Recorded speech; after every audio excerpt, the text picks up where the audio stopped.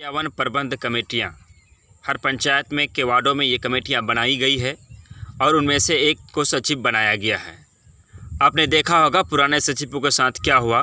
सरकार उन्हें 4 साल तक काम कराती है, लेकिन उन्हें मानदेय के रूप में 1 फुटी कौड़ी भी नहीं दिया जाता है। केस होता है और वो लोग हाई कोर्ट तक भी जाते हैं, लेकिन केस को खारिज कर दिया जाता है।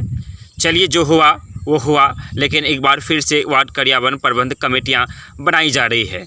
लेकिन अब भी उसमें सचिव बनाए जाते हैं, लेकिन अब भी कहीं उनके साथ वही ना हो जो पुराने सचिवों के साथ हुआ है। अगर आप भी वार्ड सचिव हैं तो आपको चाहिए कि आप एक प्लेटफॉर्म में आ जाए। एक प्लेटफॉर्म में आकर आपको सरकार से बात करनी चाहिए और आप एक मुहिम, एक रणनीति बनाने का आपका वक्त आ गया है। क्योंकि सरकार बनाने को तो बहुत कुछ बनाती है, लेकिन सरकार उनके लिए कुछ नहीं सोचती। बिहार की सरकार पुराने वार्ड सचिवों के साथ क्या खेल किया, ये आपसे छुपी नहीं, ये हमसे छुपी नहीं है। इस बात को आप भी जानते हैं, इस बात को हम भी जानते हैं। वार्ड क्रियान्वयन प्रबंध कमेटियां लगभग बन चुकी हैं और जिन जगहों पर नहीं बना है वहां के वार्ड सदस्यों की जिम्मेदारी बनती है कि आप जल्द से जल्द इस काम को करा लें। चूँकि आप अगर इस काम को नहीं कराते हैं तो फिर आपको सरकार फंड नहीं देगी, आप वित्तीय लेन देन नहीं कर सकते हैं। और अगर आप बहुत दिनों तक ऐसा नहीं करते हैं, अगर वार्ड क्रियान्वयन प्रबंध कमेटियां नहीं बनाते हैं, तो कहीं ऐसा ना हो कि सरकार आपके वित्तीय लेन देन पर पूर्ण प्रतिबंध लगा दे और आप कई महीनों तक, कई सालों तक वार्डों के कार्य को ना कर पाएँ। हम आपसे कहना चाहेंगे, अगर आप वार्ड हैं, अगर आप वार्ड प्रतिनिधि हैं, तो इस काम को जल्द से जल्द करें। चूँकि अगर आप ये करेंगे तभी आप वित्तीय लेन देन कर पाएंगे। वार्ड सचिवों को बना दिया गया है और वार्ड सचिवों की एक बड़े हो हल्ला हुआ बहुत जगह बनाने के लिए। उनकी भी नियमावली थी और मैंने वार्ड सचिव की नियमावली पर भी बात की। अगर कहीं वार्ड सचिव का चयन नहीं हुआ है तो नियमावली अगर आपको जानना है तो हमारे वीडियो के शुरू में अगर आप जाएंगे तो मैंने वार्ड सचिव नियमावली पर गठन प्रक्रिया पर नियमावली पर मैंने वीडियो बनाया है, आप उसे देख सकते हैं।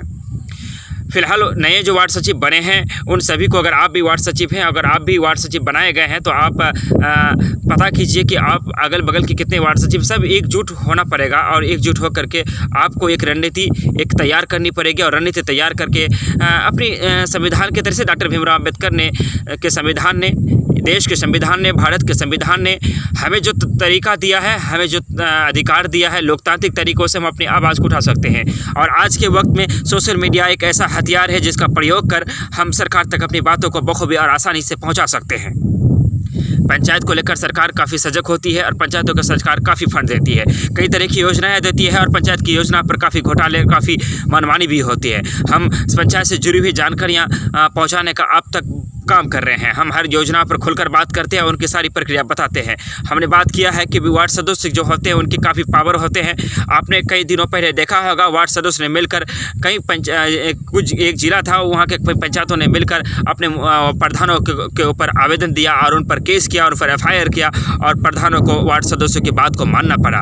अगर कोई भी पंचायत प्रधान अगर वार्ड सदस्यों को लेकर नहीं चलता, अगर मनमानी तरीके से काम करता है, तो वार्ड सदस्यों को इतना पावर है कि वो उस पर लगाम लगा सकता है, उस पर नकेल कस सकता है, नकेल कस सकता है। अगर आप भी वार्ड सदस्य हैं, अगर आपके प्रधान आपको वैल्यू नहीं देता है और आपके साथ मनमानी करता है, तो आप मेरे दिए गए नंबर पर आप मुझसे कॉल कर सकते हैं और मुझसे बात कर सकते हैं, मुझसे व्हाट्सअप कर सकते हैं। लेकिन गुजारिश ये करूंगा कि कॉल कम किया करें और मैसेज ज़्यादा किया करें, व्हाट्सअप ज़्यादा किया करें। अगर आप वार्ड सदस्य हैं, अगर आप वार्ड प्रधान, आपको जो पंचायत प्रधान है आप मनमानी करता है, तो मैं आपको तरीका बताऊंगा और आप उस तरीके से काम कीजिए। प्रधान आपको छोड़कर काम नहीं कर सकता, प्रधान आपको लेकर चलना पड़ेगा।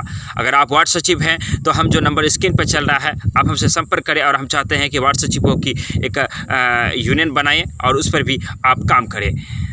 क्योंकि सचिवों के भी होना चाहिए। आप सरकार ने सचिवों के ख्वाब दिखाता है कि नल जल योजना सचिवों को दे दिया गया, लेकिन आप सोचिए कि जो ज़मीन दिया है वो आपको क्यों देगा। इसलिए भूदाता की लड़ाई लड़ रहा है और भूदाता एक लड़ाई लड़ रहा है और हर हाल में वो भूदाता को ही मिलेगा कि उस ख्वाब में ना रहे।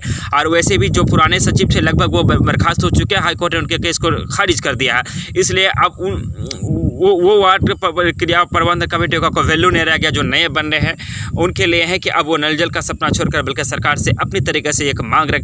मैं रमीज रेजा, आप देख रहे थे मिशन सक्सेस बिहार। फिर कल मिलेंगे कल नई वीडियो नई टॉपिक के साथ, तब तक हमको दे दीजिए। धन्यवाद।